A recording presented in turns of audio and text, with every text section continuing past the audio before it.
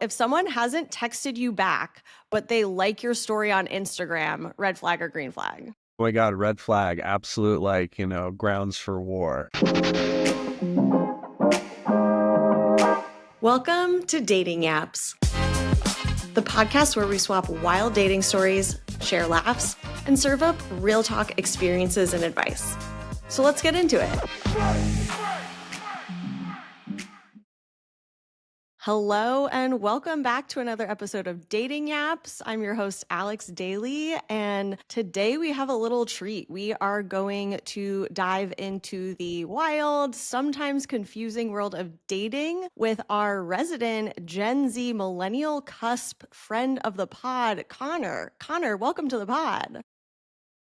Hey, Alex, happy to be here. Thank you. Great. So, Connor, let's get a little bit of background. I know you said you're cuspy, right between millennial and Gen Z. So, how do you identify? Also, what year were you born? I was born 1996, so I am like cusp right on the end, which is interesting too, because I think of my parents are also cuspers of like the boomer Gen X crossover, and Okay.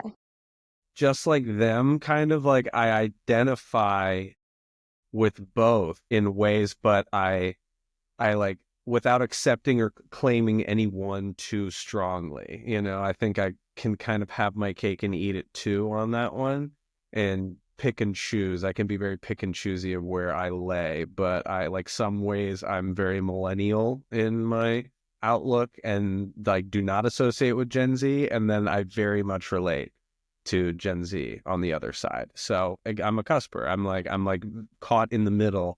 The example I give is like, especially as we're talking about like technology and dating apps and things, like I remember cell phones being capable, but like pre-smartphone. Like I was right in that era of I was still pre like smartphone apps and a lot of these things. Like Facebook was a middle school thing for me, whereas so many people had it in elementary school. And that's just a reality I can't fathom, you know. Yeah, no, there's a big difference for sure. So I did look it up. The millennial years are technically 1981 to 1996. So technically you are a millennial, but you're literally right at the end. Also, you were born like the end of the year too. So you're November, like, yeah. Yeah, yeah, so I'm like the end. really Yeah. tail end final year of accepting applicants. Yeah. Yes. And then so Gen Z is 1997 to 2012. So probably like people born in 2012, like that's Like like a we have whole nothing to talk different. about. We have nothing Yeah. to do. Like, I don't know. You cannot relate to me at all on that. It's weird like that. Like, Yeah. I was a summer camp counselor and like having kids come up to you and be like, I was born in 2007. I'm like, get out of my face. Yeah, no, there's a big difference. And I am firmly elder millennial. So I feel like you will have a different perspective than I do. So I'd love to talk about it. We're going to get into the biggest differences in the dating sphere for both millennials and Gen Z. And then also there's probably a lot of similar struggles that both generations deal with. So I want to get into it. I'd love to get your perspective, especially as a man. If you could speak for your entire gender during this episode, that would be wonderful. Got you. Yeah. Hashtag all men on this one. I am speaking. Yes, we're gonna get into it. So buckle up. This is gonna be a fun one. To warm up, I'd love to play a little game of red flag, green flag. Are you ready? Yeah, let's go. Okay. So if someone hasn't texted you back, but they like your story on Instagram, red flag or green flag?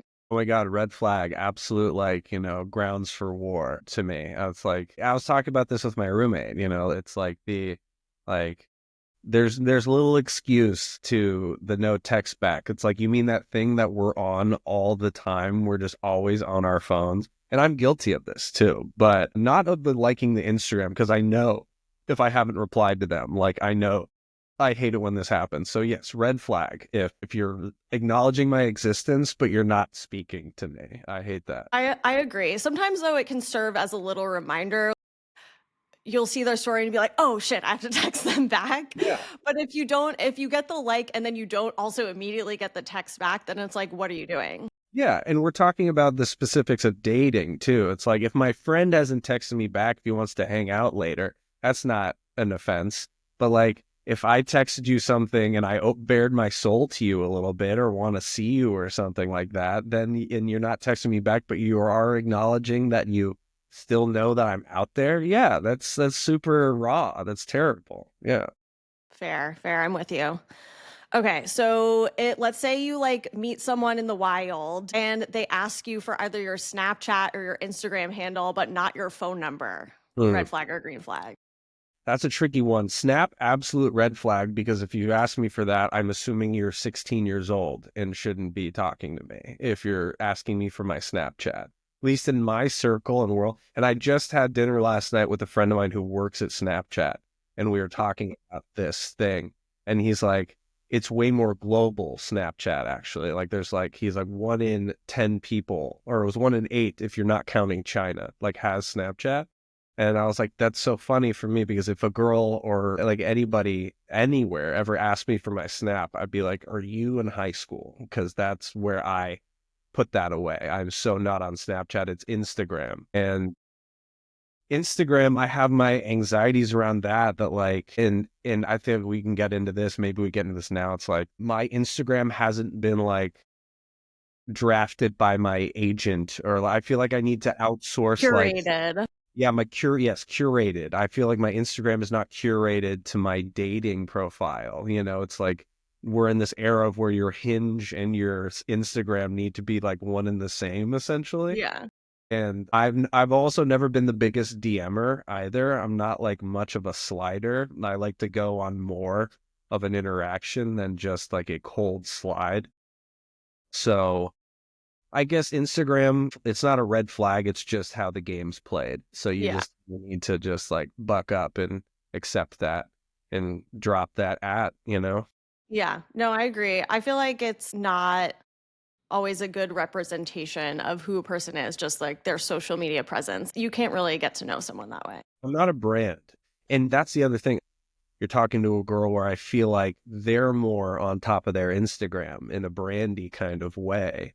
And I'm like, oh man, she's gonna look at my gram, and like I usually like to not share it. Like I've like met people or say it's on Hinge, they're like, do you have an Instagram? And I'm like, actually I'd like to either just give you my phone number or keep it to this because I don't want to give you this on my online persona, which I do I'm like a business journal. I do a quarterly post, I don't Yes, hard post like this totally. anymore. Yeah. All right. So, yeah, you're more of an in person type of guy. Hmm. So, all right. Continuing with the thread of like communication preferences, how do you feel? This is polarizing about voice notes, red flag or green flag? I don't feel either way. Neutral? Like, I'm not strong. I don't feel very strongly about it. Like, voice notes are good if like you're driving or something, but exclusively voice note text, I've just never encountered that. I don't know. I don't have enough Yeah. experience. Like maybe that's endemic of my age and demographic, but like, who's I that a mean, problem for? Is that a problem yeah. for I you? don't know, definitely not a problem. But I have like a friend who, you know how on Hinge they have one of the prompts you can do like voice memos Right. in your Hinge prompts, and she used to like really get the ick by that, like listening to guys like say stuff, which I will say in my experience listening to guys things, they usually do say something very stupid and they Uh-huh. think that they're being funny. That would give me the ick. But I have now changed her mind and we pretty much exclusively voice note each other because we share one brain cell and we have to like tell each other every single thought that we Yeah. have throughout the day. Yeah. But that's my friend. Like I wouldn't do that for dating. Oh, yeah. Oh, cold voice? No, no, no, no, no, no, no. It's best to hide behind the text tone where it could be anything, any tone, anybody, and you're texting. And I feel like I'm so much funnier initially over like text. I'm more charming when you're curt and you're short and you're like kind of flirty like that before you bring the voice in. No, I don't go straight for the voice, and I do not have a voiced prompt on my Hinge. I took that down after some female advice of like, just like, take that away After you got some feedback. after a little feedback. So I guess, yeah, no, I don't know where to put the flag as much as I've been advised against it. Okay, fair. All right, last one, red flag or green flag? How do you feel about soft launches on stories for like relationship? Hmm. It's been a while since I've even been in the launch zone, if you were. Yeah. So, but I do every once in a while check on my ex's Instagram on her hard posts that I'm in one of her photos. I'm soft launched in a photo back there, and now she's with somebody. She's like very securely with another person now, but it's just still like a feather in the cap that like I'm there though. I'm still on her Instagram. So yeah, how do I feel about that? It's just Would you like, let's say you have been dating someone for a little while, or your friend has, whatever, and they haven't like come out like this is my girlfriend, whatever, but you see a post with like two hands, like yep. drinks clinking, and I you're like, know. whose Yeah, hand is that? yeah, exactly. Ooh, who's back of that? Who's the back of that head right there? Yeah, and I think like people like to hide behind it. Like I'm just respecting their privacy, you know. It's like, Right. oh bullshit, you just want us to know, you know. And I'd say that it's again like getting the Instagram. It's like for me, it's like neither red flag nor green flag. It's just a fact of life, you know. And then I understand the hesitancy too because I don't have that mess in relationships I've been in too, where I post a bunch of them because nothing more is more embarrassing than backtracking and erasing history and rewriting history. And oh my God, I gotta go. Like you're like fucking Joseph Stalin, like editing out Yeah. people in your photos, you know? Like I'm not trying to You do gotta that. use that archive function. Yeah, exactly. I don't want to do that. So I'm not going through my history like that. So I've just done it. I've refrained from doing it. So I guess it's a green flag to like show that you care. It's a good gesture. Yeah, when it's like you've come to that point with a person, it's like you want to let people know. I think that is an important thing, and it does. It is like a wedding announcement in the New York Times. You know, it does have that kind of weight. Well, that's like the hard launch for sure. Mhm. Like when you get on the grid with your face, that is the New York Times. Yeah, right. Like we just had Valentine's Day, 2 days ago. So I was interested to see like that's like the almost the hard launch of a that is definitely a hard launch is posting a story of your Valentine of those people because it updated me on a bunch of people I went to college with. I'm like, oh, so that last he's gone. Oh, and he's here. Oh, there was a change. Valentine's Day is an interesting one also because that is when people come out of the woodwork who are normally very bad at relationships, but they're like, you know what, let me show up on this one day and we'll Mhm. make it better. Yeah, exactly. No, I showed up Can't to the really use next. that day as like a good representation. It is. It's a really good way to take the temperature of your friend group and colleague. Like, okay, this is where everybody's at now. And now I'm starting to see a lot of the college people marrying other people I went to college with, like Mhm. creating little legacy babies. Yeah. And it's like its whole demographic, it's its whole breed of people that just do that. And seeing how that ended up, like, wow, they just went out. It looks like they moved to New York, they dated around, and then they went for what was familiar. And then they just settled down with it and power to you. Only time will tell how that works out. I will not, I'm putting it right now on dating apps. I will not be marrying anybody I went to college with. Okay. Save this footage.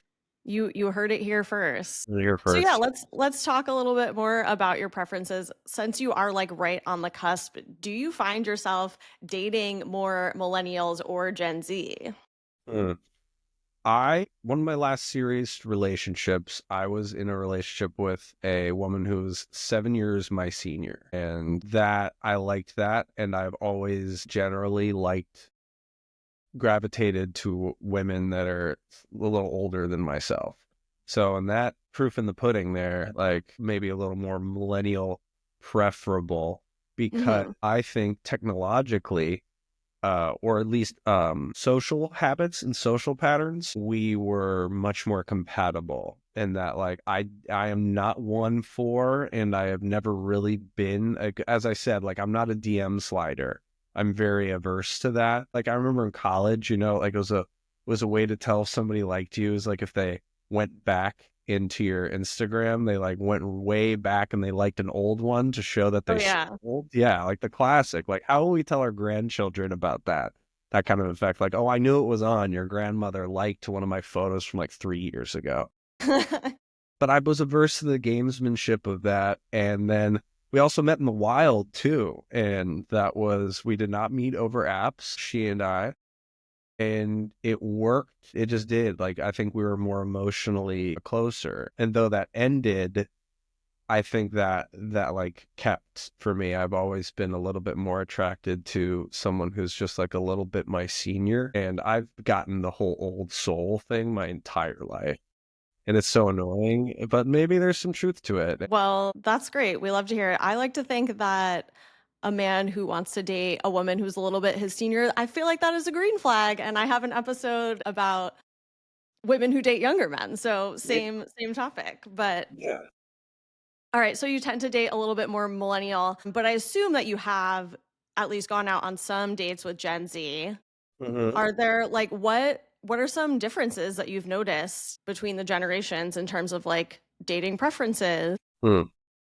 I guess that's where I was saying earlier where I'm like have my cake, eat it too. Like I'm like technologically averse, but I'm not like inept. I have a good time on Hinge. Like Hinge has worked for me and has been good. And like, we all like to throw it under the bus and like there's all these podcasts and studies of like how it's ruining dating culture and things like wherever you may lie on that. Then if you get to a good place with yourself in it of your confidence, it can only be a net positive. I think you can have a good relationship. It's what you expect to get back from it. Yeah, it's a tool. Yeah, it's a tool. Exactly. It's all about how you use it. And I've had good experiences in relationships. I've also found now where I'm pushing 30 that I'm catching up now to, how they say, like women develop their frontal cortex more, how they say like a 25-year-old woman is like a 30-year-old man. And of course, that's not across the board. It's not a Right. one size fits all. But now I find myself, whereas in my young 20s, I was always liking a woman who was a couple years older than me.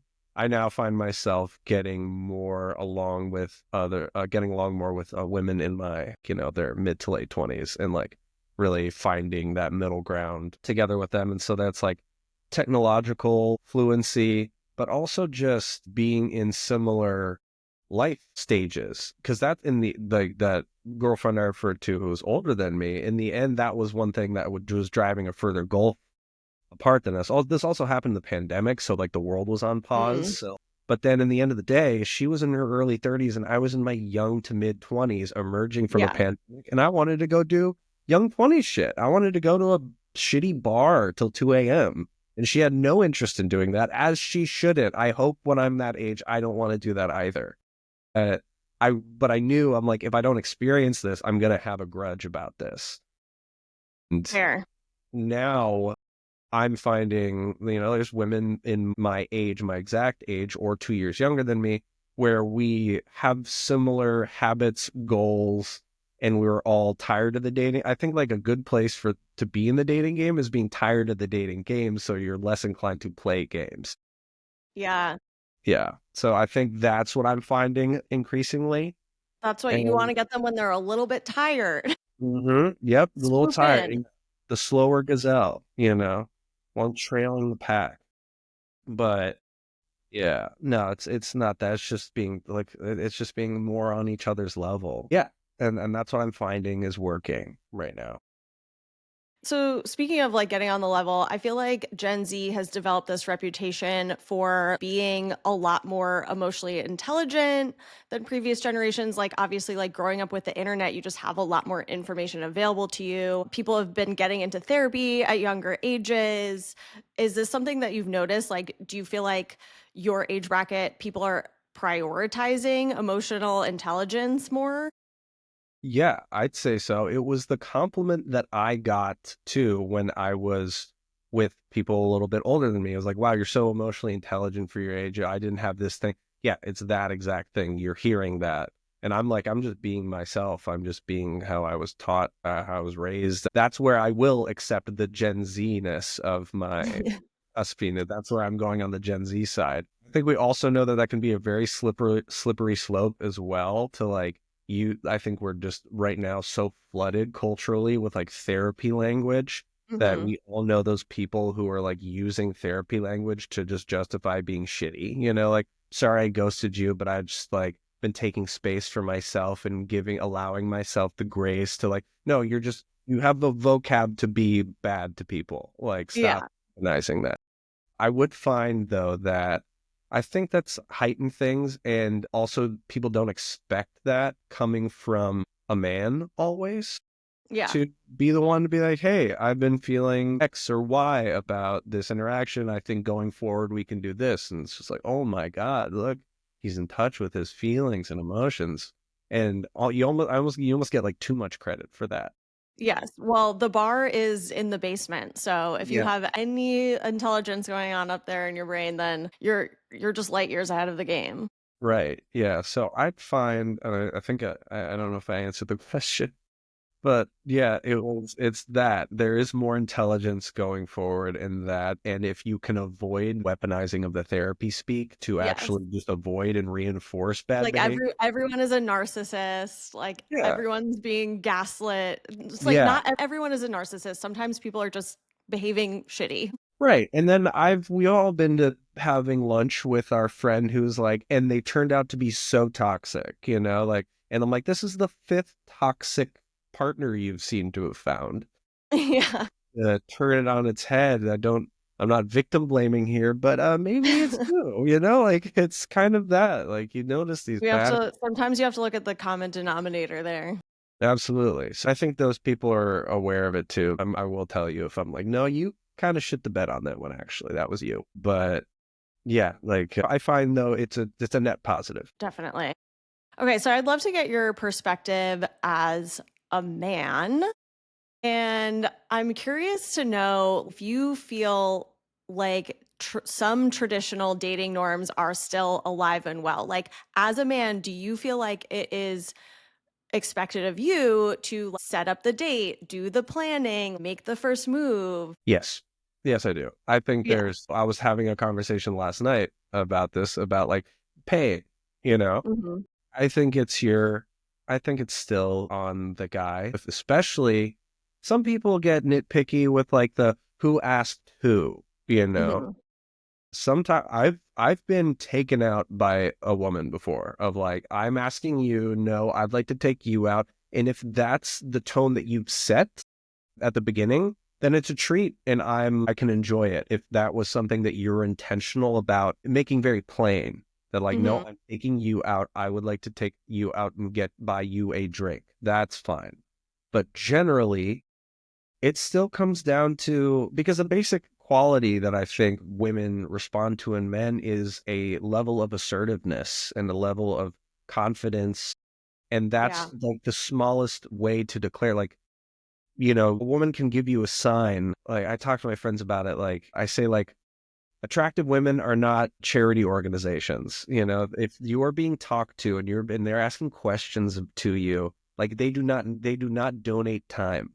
So it's a pretty good chance if she's giving you the time of day that you are more than within your bounds to ask them out. They're giving you a sign. They're giving you an open door, open window. And that's on you to show that little bit of gumption, of pluck. So just use it, sit in that, and then things can come out in the wash too. Like, because once you get it going, then it becomes more of an equal Hmm. exchange, I think. But I'd still say there's a fair amount of the male imperative to make the first move, buy the first drink, buy the round, do that. It shows on a microcosmic level. I call it chopping firewood, where you don't have to do all those manly tasks of like build a barn or anything, but it's just like show that you can chop firewood a little bit.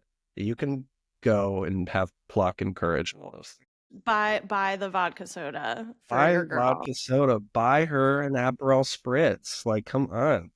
I Got think, all yeah, this I thing. think you made a good point that women are attracted to confidence. And a lot of times I think by being the one to assertively ask out someone on a date, like that comes across as confident. And so like women do like that because it's such a difference between someone being like, "Hey, when are we hanging?" versus, "Hey, I'd like to take you for a drink. Do you want to meet me here on Tuesday?" Yes. Yeah. Make it explicit. Like, stop living in the ambiguity of it, where then if you're rejected, you can sit like you can guard your fragility of like, oh well, I never really asked even. So, I was just trying to suss it out. I think that's what it is. It's protecting yourself. And hey, it's hard. It's hard. Rejection sucks. But and I've been rejected. But you know what I found in those rejection points? There's still like no, but respect. Like I Mhm. respect you for like being out there. You're not like because I was having a conversation like this was years ago, but like talking about like no guys don't want to be creepy. Nobody wants to. That's like such a terrible accusation that we're so afraid of. He was creepy, he creeped on me. But you know what the creepy guy doesn't think? Maybe I'm being creepy right now. So if you have the wherewithal to where you're trying to posit yourself within that, then you're probably good. So just like go for it. And worst thing is you get turned down, but you'll probably leave with respect from that person and respect for yourself too. So Yeah. Okay. A few more topics I want to talk about. I have a question. What gives you the ick? We've talked about social media a little bit. I wonder, like, if you've had the same experience that like a lot of my friends have when they first see a man's social media page, sometimes that can give them the ick because it's like just weird photos of scenery and you're just like, what is this? yeah, like but then it's on the other side, it's just so fine. And the ick is so there's this great Instagram account out there somewhere where like a guy takes all the things he's seen on the ick and it's like item 321, like don't throw a basketball. It's like all these things.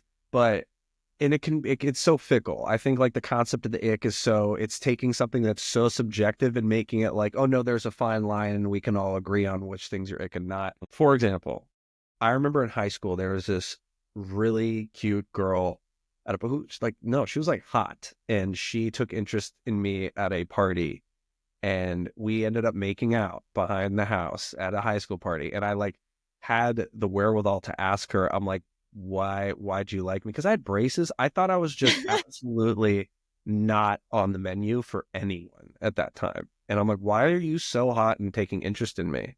And she was like, that impression you were doing of your teacher was really funny.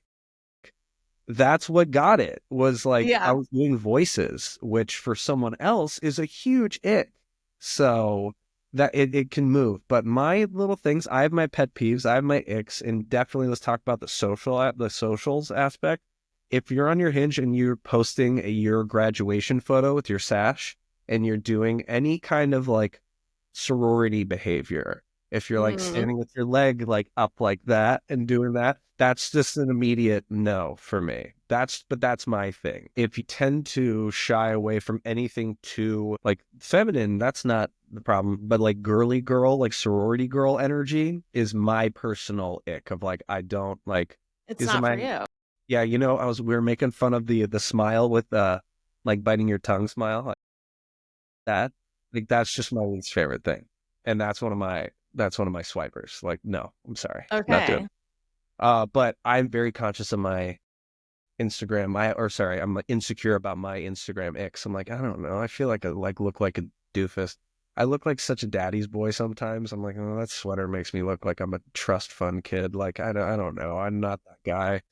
Yeah, no, it's not a full representation of someone, so it's hard to get to know someone. That's why I feel like it's better to not exchange social media handles until you have gotten to know this person at least a little bit, because then you're like, well, I don't love some of their pictures, but like I Yeah, already know this person. I know that they're a good human, so like that really matters more. absolutely. I think that I just in general just agree with all that of like I feel like meet me first so you don't think and my name like I don't know, it's just like I'm such a white guy. My name is Connor. It's like the name of like, trust fund kid and I'm so not that, but if you look at my Instagram and you have those two pieces, you might think that I was like in a frat in college. And Your brain fills in the blanks. yes, it just Yeah. fills in the blanks of trying to like, because it's what we do naturally. It's our survival skills. We need to identify patterns and put people in boxes like we need to for survival. Because unfortunately, you're right a lot of the time. It wouldn't be a thing if we weren't correct with a lot of that. And I know I just disclosed that like I have my own perspective of what I'm insecure about getting perceived as, and I cast that on to somebody else, you know. But that's the game, that's the beast that we're all It fighting. is. It's really tough to get over, but that's why I think it's, like, just better to get to know someone in real life versus, like, from an Always. online profile. Yeah. If I make you laugh a couple times at the bar, then you can have my Instagram because then you can see that that's just that's some bullshit that I we all have to do, you know. I don't have any fish though. That classic one. I Okay, good. fish. Yeah, that's I feel like become like a universal ick for women. It's just like, please stop posting photos with a fish. I haven't run into it that much, but Yeah, no I fish, no trucks, no like none of that, you know. No, yes. Well, we don't want to be mistaken for Republicans either, so. no, I never have said or typed the boys in my life. Me, that's not you can't find that. Okay, so let's also talk about ghosting. Mm. Is this like, to what degree do you feel like it happens? When is it okay to ghost? When is it not? Like, what's your experience with this? Hmm. I've been getting better about it. I had a girl friend of mine who I used to hook up with, and then we drifted and did our own thing. And like I have that a lot actually. I have like I've remained friends with like people that like we met on Hinge or like we hooked up for a second, and then it wasn't a big great connection or anything. But like we still had fun and like I'm still friendly. That was actually a Mhm. precedent that my parents set. Like my parents are all friends with their exes. So that was like a good thing to like keep. But she explained it really well in a way that made me be way better about even if like I don't feel like I deserve either of us deserve like the hey, it was really great seeing you, but I'm gonna go in a different direction. Just do it anyway. Just take away that mystery. Yeah. Ghosting, I feel like is like a kind of talk about the nature of the beast thing. You know, like we're in this culture of this seemingly infinite supply of people that we don't need to give everybody the same where like time of day. Mhm. And I've been ghosted, I've ghosted, and there are times where I think if you could tell that that person really like this is for me, like if I could tell that the person really wanted like more from me, then I will let them down easy. If I can detect that they really did want more from me. But if they didn't text me back and I didn't text them back, and we're both like that, like Yeah. not displaying any interest, nobody owes anybody anything, you know. A mutual ghost. A It's mutual ghost mutual is okay. ghost. Yeah, we love Yeah. a no harm, no foul, a mutual ghost. I think that's kind of like it's a manifestation of a new kind of shitty equality in the dating scene. That all that of the equality has been achieved in some way is that like I am just as disposable as you. Together we are disposable. Use your perceptions of, you know, your personality and use your perceptions to see if that person really was ready to give more to you. Honor that energy in the way that you let them down, because that is how repeated ghostings like that. That's how we have like a jaded culture, and that was what my friend who I was referring to kind of explained to me. It's like I would much rather you just let me down than let me wonder and spiral about what did I say, what didn't I say, what did I do wrong, because it could be nothing, and so you can just avoid and that's why we do it to each other. It compounds, and that's why we're in this weird dating culture right now that you have a podcast about. There's like a line I feel like of when it's okay to ghost and when it's not, but it's not universal. When you're just chatting with someone on the apps, if you've never met them, totally fine. Like you don't need to like go back into the app and be like, "Hey, we're never going to meet." Like, no, who cares? You don't owe that person the time of day. Everybody has a hinge where there's a bunch of start the chat with so and so, and it's like, no, I won't actually. That was just a little dopamine hit I needed. Just think somebody thought my picture was cute. If you've been on like a handful of dates, I feel like it's no longer acceptable to ghost unless you both feel the exact same and neither person is reaching out. Then I feel like it's a little weird to proactively reach out and say, "Hey, I actually didn't like you like that." Yeah. But if somebody does then text you and say, "Hey, like I we had fun on our last date. I'd like to go out again." Then I feel like you owe them the response of like, Yes. well, this is like actually not the right connection for me, you know? Yes, it's a case by case basis, but absolutely, I'd say that like if there was a rapport of honesty established, however, even if it's the minimal, basic, what I consider to be a basic common sense human level of connection, that like we were prompt in our responses to each other, we had dates, money has been put down on the table, like something is required. Yeah. And then you can feel it coming too. Like I've had dates where I'm like, I'm like, there's nothing here. I don't think anybody owes anybody anything, by best of luck. I never wish ill on anybody, but bye. Yeah. Okay, so I one more question that I'm really curious about for your age bracket. You said you're like pushing 30. You're not quite there yet, but Feel ancient. do you feel pressure to be in a relationship or is it okay to be single? Like one pressure is all from within. Like you shouldn't feel, I like say it's like it's not the war anymore, like I'm not shipping out. Like you don't need to have it all figured out and have your girl back home. I don't feel pressure in like externally. It's whatever works for you, but I personally have been like, okay, I've played around enough to where I'm not blind to recognize when like the right person comes along too. If it feels right, like this feels like the person, then it's not even a decision. Not to get all like dreamy about it. Like, oh, when I'll be perfectly upfront. Like I'm talking to somebody now that like it feels right, that like if this progressed, I hope it does progress to something more committed, more steady, more settled downy, that yeah, like I have no hesitation there. I'm not like, oh, but what about my freedom or anything like that? Doesn't feel like I'm sacrificing anything because I've been out in the dating scene in the world. And it's not from like a jaded view of the dating world that's making me hurry to settle down. It's just listen, no, Mhm. I think I found a person who would really works actually. Okay, but you don't feel influenced by like you mentioned your college friends who are like getting married. Do you see your friends getting married, getting engaged, being like, "Oh, I should be doing that," or like have your parents or family No, it's members? me still. Yeah. Yeah. Who So are early. you dating? Connor, are you dating anyone? Well, that I get a lot actually. I do feel like are you dating? Are you seeing anybody? Like, and a lot of my friends like are with people, but it's like it's kind of happening to me now, where I'm like, okay, I'm coming to that, and it's interesting because my one of my closest friends, like he hit this point 3 years ago, 3 years ago, where we're just sitting together. He's like, dude, I'm just ready for a girlfriend. I'm like, I'm tired. I'm tired of this. I'm like ready for a girlfriend. I'm like meditated on what support means, what I really want, and I'm in the space now. So I think you have to be in the space, not to want a partner because of all the trappings of that. Ooh, then I can go on dates and I can hard post a bunch of stuff and just be, look at me, look at me. It's like you have to be within yourself ready for that, to meet that where it is, in all the ways that it's going to be fun, all the ways that it's going to be really challenging and totally mundane at the same time. Like it's going to be lame too. It's also going to be great, but like just accept the both of them.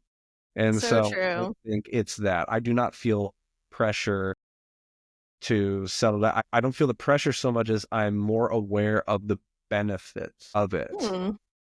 I'm attached to the gain. I'm not attached to the loss of something. I don't see it as losing myself. I see it as Hmm. elevating what I could be. Yes, a plus add. Yes, a plus add. Yes, extra point. Yeah. But you're right. Everyone is on their own timeline, so you shouldn't feel pressured Be on to your be in a own, relationship. Yeah. because yeah, I don't know if you've ever had grandparents or anything, but I don't think that's what worked for them. So, yeah. All right, Connor. So before we go, if you could give one piece of dating advice, what would what would you say? What's your biggest takeaway from your experience? Mm. Have fun, like explore, like absolutely like enjoy this time, and we are in a different era of expectations, and be good. Don't end up as somebody's top talking point on a podcast, Try, but like honestly at the same time, like succeed and fail. You should try things. Say yes to that person who asks you out, even though you don't really see a lot of down the field credit for it. Like you never know what could be fun. You And never know. try to be if you can. It's not possible for everybody. But like try to be friendly with your exes, you know? Try to be friendly with those people. Those are people still like who can be in your corner. Like they're if you've taken the time to be vulnerable with other people and they've been vulnerable with you, then you're never really separated from them that far, I don't think. And you can still see them and find yourself whenever you lose sight of what you're doing and who you are. You can look to them to remind who you have been and who you can be. So I say go out there, have fun, do the assertive thing for the fellas, like take that step. I don't know if you've been looking at the statistics lately, but they're saying that it's quite the crisis right now of male loneliness. So don't be a statistic, man. Just shoot the shot, you know, and just you'll get respect for yourself and others will respect you. I totally agree. And you made some excellent points. I feel like your first point of just like having fun, I feel like sometimes people lose sight of that and they're like so like goal oriented that they're missing the point. And it's just like, yeah, go out, have fun, meet people. Like you will learn something, it will bring something to your life. And Yeah, I've done some of the most fun things have come of like I'm not going to marry this person. Like I know that already. I shut that out. Like that's not even a possibility. But it doesn't have to be. Like not everybody has to be the potential. At least for me, like it doesn't need to be the rest of my life every time I talk to somebody. I don't need to be completely smitten. But you just have to have an open mind and like have it be fun. You know, have it be fun. Enjoy it. Especially if somebody asks you out. I was talking about that earlier. Like what a treat, you know, like, okay, you want to take me out? I don't think it's going anywhere, but yes, of course. I'd love what to a sit. treat. Yeah, What buy a me. treat. Come on. Yeah. Well, we heard it here. Dating can be fun. I definitely think that's true. So, Connor, thank you so much for joining me here today and breaking everything down. Thank you so much for having me, Alex. This is fun. I'm not nervous anymore. Yeah. Great. Well, if you enjoyed this pod, please share it with a friend, follow along on the journey, and we will keep yapping and chatting. And until next time, we will talk to you later, friends. Bye, yappers. Bye.